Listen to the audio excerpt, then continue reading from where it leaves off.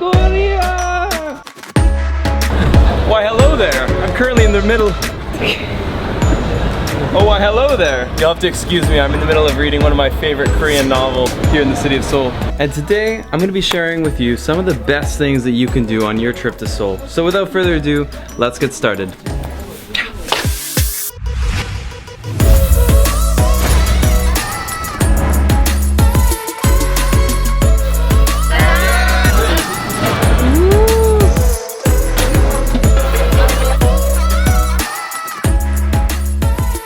This is a city like I have never seen before. It's this hyper-advanced Asian city that loves poop emojis and loves spicy food. Coincidence? I think not. From its Korean barbecue restaurants, its vibrant alcohol-infused nightlife, and of course, its love for everything that is cute and weird, I have never seen anything that quite compares to South Korea. After just shy of a week in Seoul, these are the 30 things, facts, and places that I can't pronounce that you need to know about before arriving in this incredible traveler's destination. Starting with number 1, the lightning fast internet at affordable rates. From the moment I arrived at the airport, I was extremely excited. I had options to have unlimited internet on my phone for an entire month at basically the price I would pay for the most basic entry-level plan in Canada. But the amazing thing was, the fast internet is not just limited to your phone, it's also in the hotels, the hostels, wherever you go. You can get huge files uploaded very quickly, and that makes me very happy. The second thing you need to know is that Seoul is a massive, gargantuous, monolithic city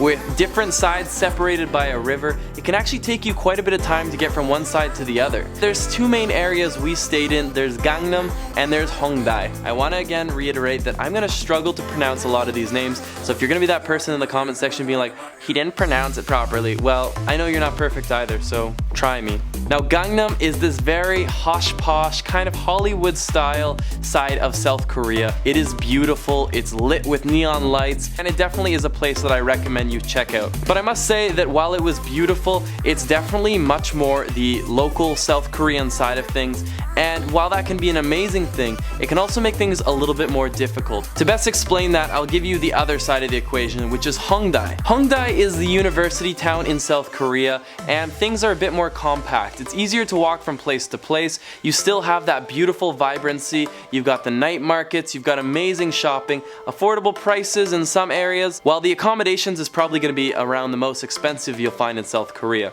Now, with that being said though, it is worth every penny. Hongdae is the place that I recommend you stay in, because if you're an English speaker, it definitely makes it easier to get around. There was more places that had English menus, but there's still going to be a bit of a language barrier, which brings me to point number 3. The language barrier is sometimes quite real in South Korea. Most people don't really speak English that well, and I don't speak Korean that well. From time to time, it could be hard to order from a restaurant, talk to a taxi driver. Another thing that makes it challenging is they have their own completely unique alphabet, which, mind you, is actually a very cool alphabet. I mean, just look at that.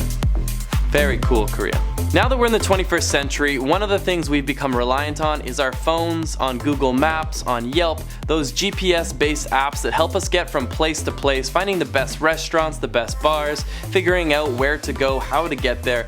And something that really made Korea challenging for me was the fact that GPS is kind of like disabled here. This is the only country in the entire world that does not have Google Maps. Even their friendly neighbors to the north have Google Maps. Now, the reason they actually don't have it is actually because of that very same reason. Apparently, South Korea wants to limit how much of the GPS and map systems are publicly available. There are some Korean equivalents, but the thing is, they're not currently in English. With that being said, I was able to use Google Maps to some extent. It just won't really show you how long it takes to get from place to place. You can still see your blue dot walking around the map because it won't show you where to walk. I found that it was a little bit helpful for bus routes because when I needed to do a long distance, I could still see which way the bus station was. I could still see which direction it ran. Even though it didn't really give me an accurate time estimate, I was usually able to somehow use that a little bit. I want to talk about a place by the name of Common Ground. Now, Common Ground is these shipping containers that have been turned into a very trendy place to get a coffee, get some food, and do a bit of shopping. One morning we started off our day here, and these are some of the restaurants I highly recommend you check out. So Ale is explaining that essentially there's a vacuum created by this, and it's sucking the water upward into this cup here. Oh, he's gonna flush it like a toilet. Oh, here we go. Oh! coffee magic here, folks. Oh, look at the mushroom on top. And 6 hours later, it is ready. Hetty doesn't even like coffee, but she can appreciate the craft. I don't always drink black coffee, but with this style of coffee, I would. It's a solid cheese block. No, it's bread. Ooh. Oh my gosh, it's like a golden brick of life. I love cheese, I love bread. Man, I love this. That's like $4. Also, this coffee was $4. There are so many cool places to eat here, and it also brings me to my next point, which is Korea's love for everything that is cute and weird. I'm so sick of the world telling me what I can and can't do. It's time to fly. So, I've never in my life seen this before, but I just got handed a guide on how to care for a marimo. These are 40-year-old marimos, but they didn't always start off so big. They're basically a giant algae ball or a plant. Those little guys right there are about 1 month to 1 year. When do they start talking and saying daddy? I don't know if they ever do. Of course. And of course you could get some slime. Oh yeah. I'm having way too much fun in here. They have a phone case called Wiggle Wiggle. We're gonna take our relationship to a next level. We spent about an hour and a half to 2 hours shopping at around 3 or 4 of these stores in Common Ground. Now, before I get a noise complaint, I figured I'd move on to the next point, which is that you must check out the nearby coffee shops. If we find it, this is truly a hidden gem. This is so cool! Hidden in the midst of all the repair shops, all the mechanics, is like this converted garage that's become this really trendy coffee shop. Based on coffee and column coffee. And these are these incredibly trendy, hipstery, very... Ooh, matcha is really big here in Korea. I have no idea what it is, but it's amazing.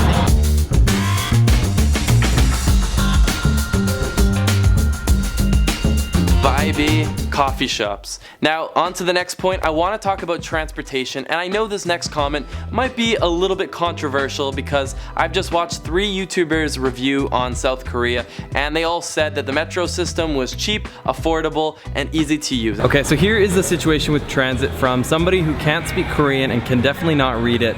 It is very challenging. The metro system here is a bit of a nightmare. Nothing was written in English, none of the locals fully understood what we were saying, and we couldn't use Google Maps to tell us where to go. So we got in the metro anyways just to test it out, and yes, it was very efficient. It was actually super quiet, super clean. The quietest metro system I've ever taken. But we ended up going in the wrong direction, and there was no English signs to tell us otherwise, and that would be the last time that we tried using it on our entire trip. Buses were actually still usable. As I said before, using kind of a primitive Google Maps, I was able to figure out where the pickups were and if they were the right bus based on the numbers. But because we were in a big group of 4 of us, we actually spent most of our time taking taxis. And here's some great news for you wanting to travel South Korea. We are not setting foot in another bus or metro system. Taxis are so cheap.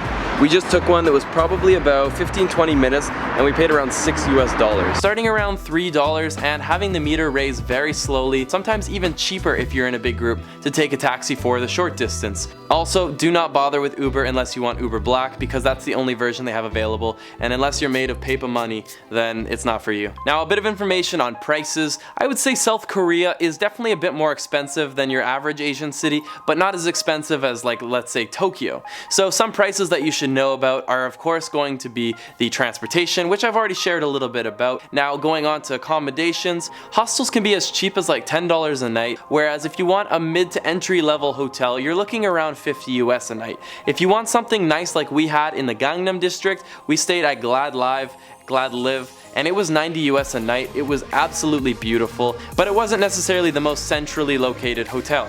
We also stayed in Hongdae. So for $80 US a night, this is where we're staying. It's called Twins Guest House. It's in a more expensive area by the name of Hongdae. It's in a great location. We got this bed, we got an extra bed, and this is all ours. We got a knock on the door. They're like, yeah, sorry, we put you in the wrong room. Still nice. We still have, I don't know how to call this, like a vanity? A little makeup station. Yeah. There's one bed, and there's Ketsy's bed. And a bathroom. Hongdae will be a bit more expensive than Gangnam, but I want to reiterate that I do think Hongdae is probably the best bet for most people wanting to visit South Korea. Now, as for the price of food, well, that'll be discussed a little bit more throughout this video, but you can find very affordable food, like as cheap as $5 to $6 for an entire meal. You can find a massive platter of local food for $10 US. So I did find that food in Korea was reasonable to even sometimes being quite cheap. Now my next tip, find a local guide if you can. Maybe you have a friend that lives in South Korea, or your friend has a friend. Take an opportunity to reach out to these people, because it is a bit of a more challenging place to tackle, being such a large city with sometimes a bit of a language barrier. But if you find those local guides, that is where you'll find your local gems. And thank you to Hien for being such an amazing guide to us. She showed us so much of the city. Now later that night we actually met up with Hien, and she showed us this traditional style Korean restaurant, and this is something I highly recommend to you, is to find a traditional meal. Ooh, traditional.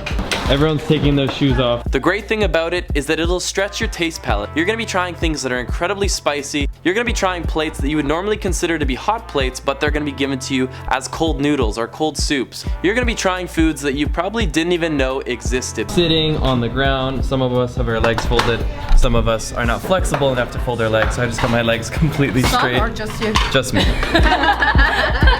This right here is so good. I didn't love every single piece that I tried, but at the end of the day, because you have so much variety, you do find a few key pieces that you really enjoy, and that's what travel's all about. Pretty sure that meal was about $10 per person, very affordable, and we ate so much that, well, I literally had to drag Katie out. She ate a bit too much. Now, another big thing that defines South Korea and Seoul is definitely their drinking culture. They know how to drink. One of our nights out with Hien, she taught us about Soju. Basically what it is, it's a clear spirit typically distilled from rice and grains, usually around 20% alcohol, and this is the most popular drink in South Korea, hands down. Not only is it popular, it's actually the most drank in the world. Apparently, on average, a Korean will drink about 13.7 of these shots every single week. Now, I'm not here to make any judgments, but now on to the next point. You don't just stop there at the soju. Soju is just like the pure form of the drink, but what better way to celebrate than to make it a bit more of a social drink? The best way to do that is to make it somme. What that is basically take your soju and now mix it up with your beer. Wow! And you've got a somme. That's so good.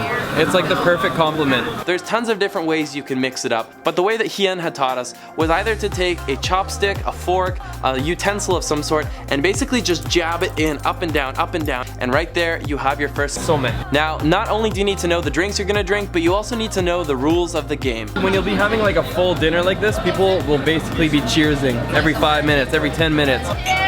Every soju bottle has a number between 1 and 50 underneath the lid. What you can play is the guessing game. I know the number, you're gonna guess the number, and I'll tell you if it's higher or lower. In this case, we're gonna play, they get to give away an entire drink. 10. It's higher. 23. Yes! Cheers. Christian. 14. Yeah! Another way to play it is that when you pull off the lid from the soju, there's often a long aluminum little tail. If you twirl it up, make it into a harder tail. If you break it, the person to your right has to drink their entire So I want to break it? Yeah.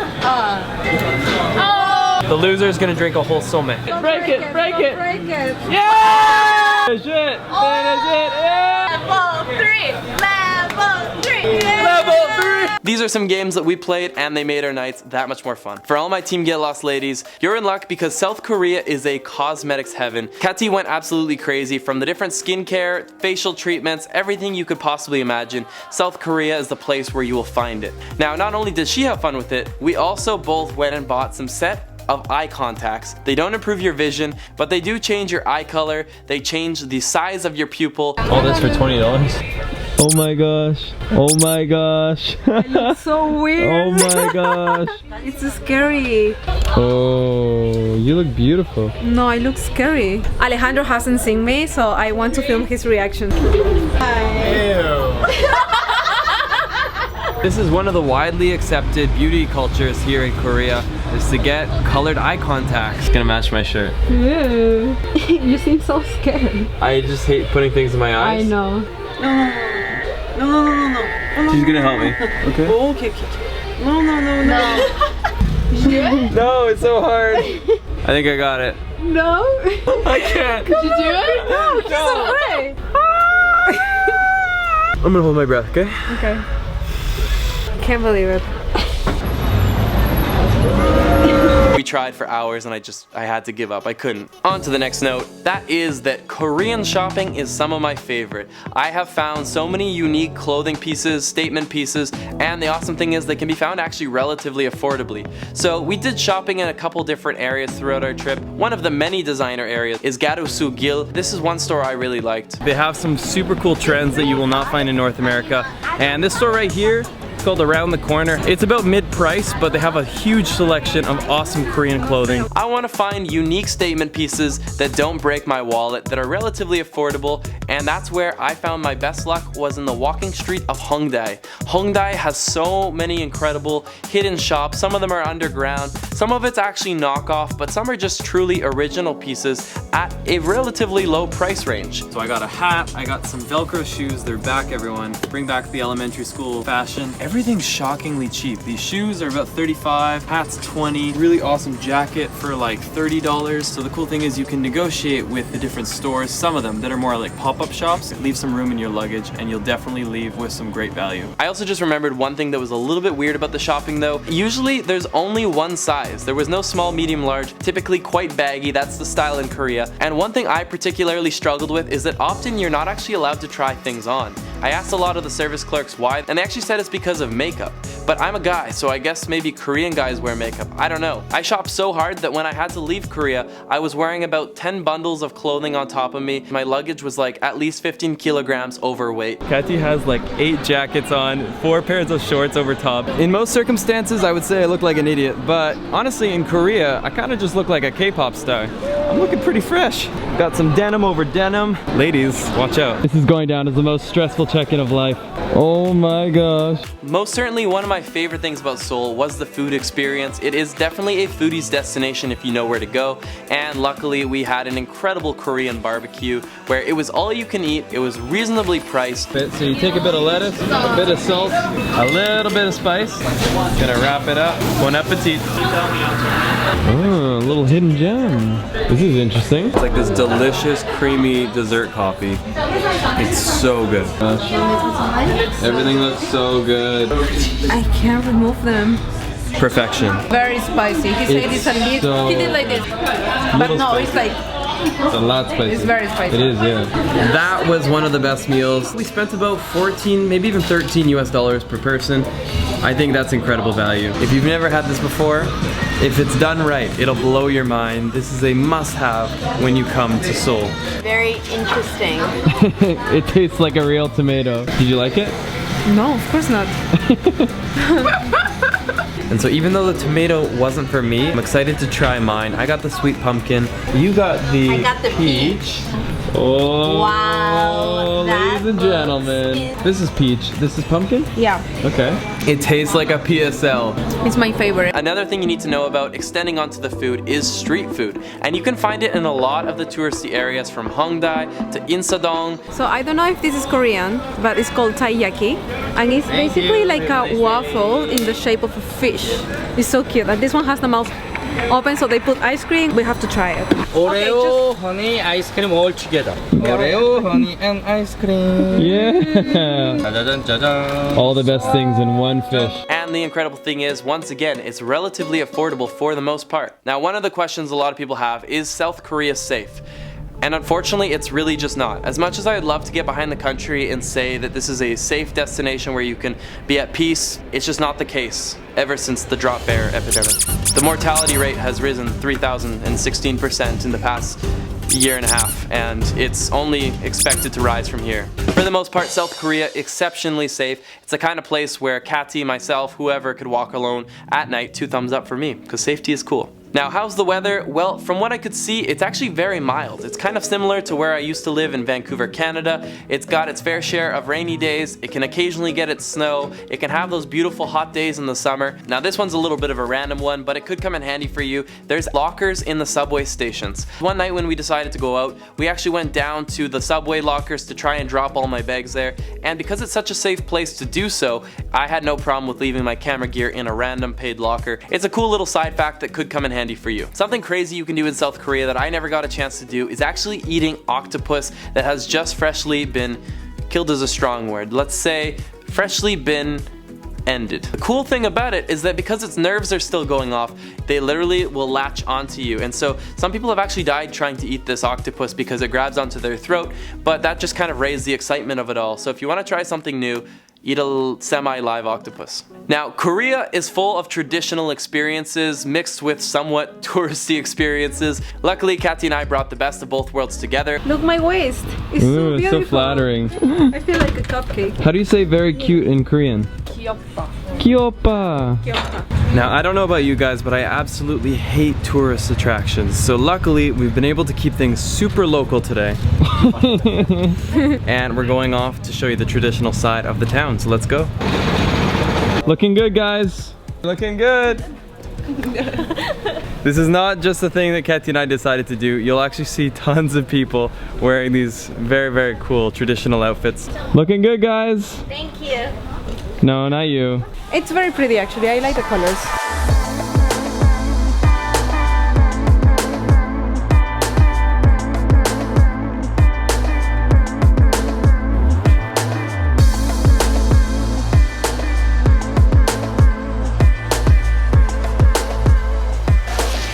Now this is something that kind of shocked me a little bit, and that's that we really didn't see that many tourists in South Korea. The only place where we saw the occasional tourist was actually in Hongdae, and even at that, it felt predominantly local. When there's too many tourists around, you kind of dilute the real culture, and I never felt like that was the experience in South Korea. On to the next point, and that is themed cafes. So bro.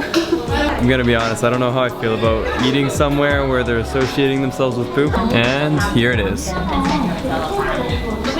This is Seoul's only poop cafe. I just got myself a rose latte. I gotta say, if you want to take a photo with a toilet bowl latte, this is a really, really tasty latte. I'm actually surprised to be saying that. Themed cafes are definitely a big thing to do here in Seoul. You've got cat cafes, which are seen now everywhere, but I highly doubt you've seen the next cafe I'm about to show you. The second you check in, they tell you you have to remove basically anything that's shiny. I kept on a few bracelets and he comes running over and grabs onto my bracelet. That is the best thing I've ever seen. He's checking my pockets. Literally first thing he did is slip his hand into my pocket and he's grabbing the receipts in there. Can we get one? I want one. Bubble butt. Bubble, bubble, bubble butt. It's so cute, so soft. There's a fight for Pride Rock here. Oh, traffic jam. He just activated pancake mode. Now with all the soju, soma, somme, and all the other drinks that come with it, of course the nightlife is bound to be big. Unfortunately, we never had a true big night out. It's definitely something I would love to go back and experience, but from what we saw walking around on a weekend in Hongdae, there was tons of bars that were just bumping. I wish we had gone to a K-pop club or something like that. It would have been really cool, but again, there's always another trip ahead of me. For all you foodies out there, look no further than the 7-Eleven to try some very unique pieces that I've only found in South Korea. Alejandro went online and searched for the best Korean snacks. If you come to 7-Eleven, you gotta get this right here. This is ubuk chip. This smells like Cinnamon Toast Crunch.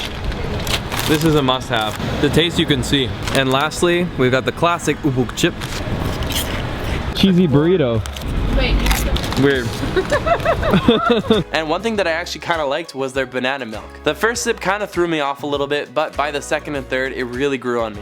If you want a cool Instagram photo, then check out this library right here. Inside of the COEX Mall. It's also right next to a Gangnam style monument. Now, whenever I travel, I like to have a base understanding of some of the cultural norms wherever I'm going. And in South Korea, there's some very unique ones. The first one is called manner hands. So everyone get your manner hands here. Getting touched on the arm, on the hip, anything of that sort can actually be very uncomfortable unless it's invited. A lot of the time you'll see South Koreans when they take a photo together and they don't know each other very well, they'll actually have a hovering arm. But the gap is actually not accidental, it's intentional because those are manner hands. Another extension is that you actually don't go in to shake with an older person's hand unless it's been invited, and if you do, it's best to use 2 hands in a shake. You have to pour it with 2 hands. A respect sign? Yeah, like a respect respect the person. Here, Christian, I'll give it to you with one hand.